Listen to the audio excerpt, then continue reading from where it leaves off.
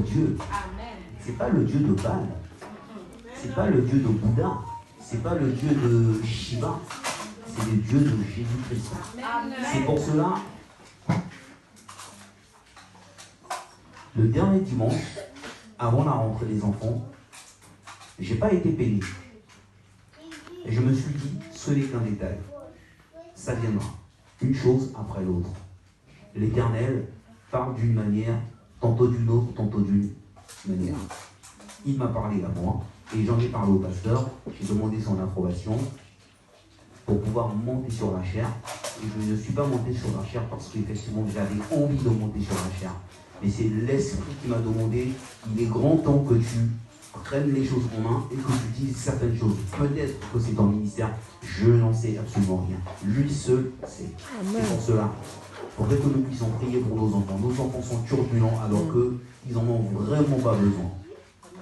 Nos enfants ont besoin de prière. Nos enfants ont besoin d'une certaine structure, surtout pour leur scolarité. Un enfant qui va à l'église, un enfant qui est suivi spirituellement, c'est un enfant qui a toutes les chances du monde, je peux même dire à 2250% pour pouvoir réussir. Amen. Moi, j'étais un enfant qui a été éduqué dans l'éducation catholique. J'ai été à l'école militaire. Même à l'école militaire, nous avons une messe. On va prier. Donc, faisons un effort de prendre tous nos enfants qui sont scolarisés, de prier pour eux, de les rassembler et de trouver même une journée spéciale, rien que pour faire un culte pour nos enfants qui vont préparer les examens, les jeunes qui vont rentrer dans les petites sections, les moyennes sections et les grandes sections, pour que ces enfants, en grandissant, n'oublient pas d'où ils viennent. Ils ne viennent que d'une seule créature. D'un seul créateur. Parce que ce sont des créatures de Dieu. Ils ont été créés à l'image du Christ. Ce sont des co-héritiers du trône avec Christ. Amen. Sur ce message, je vous remercie. Et je demanderai au pasteur qui m'a donné cette approbation de faire le finish avec une prière pour ces enfants qui ont commencé l'année scolaire cette année 2019-2020.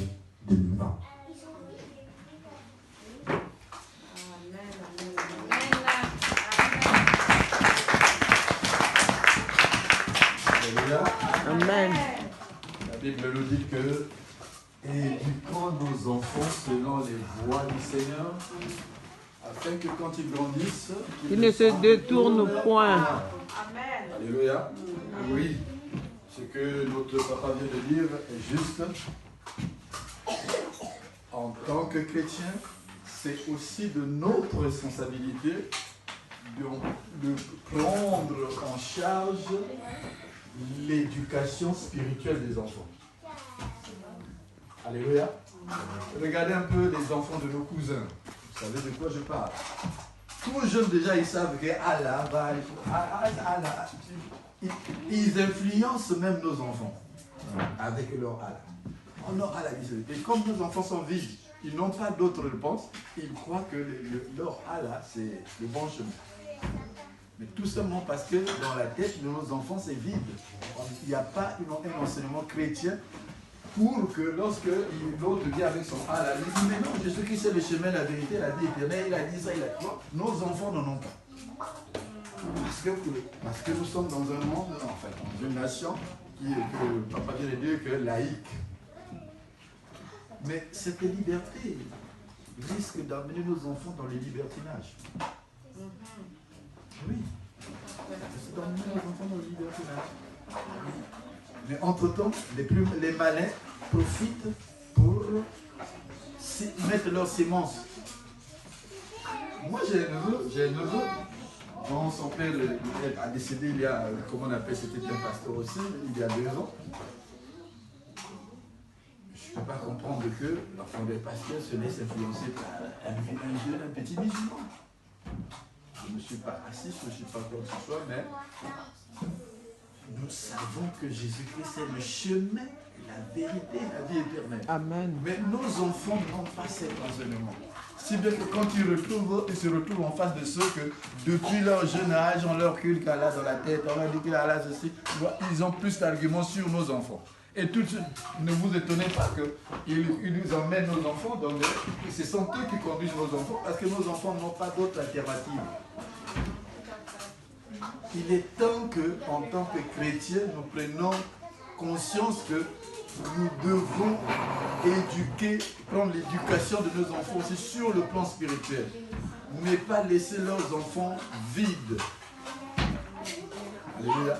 Vous voyez un enfant de pasteur qui va aller, parce que cet enfant tout jeune a quitté son papa est pasteur en Afrique, il est venu, il habite dans un quartier chaud, c'est-à-dire dans le quartier mouvementé de Paris. Alors là, il rentre dans la drogue, il rentre dans ceci, il rentre dans cela, bon, il croit que c'est ça.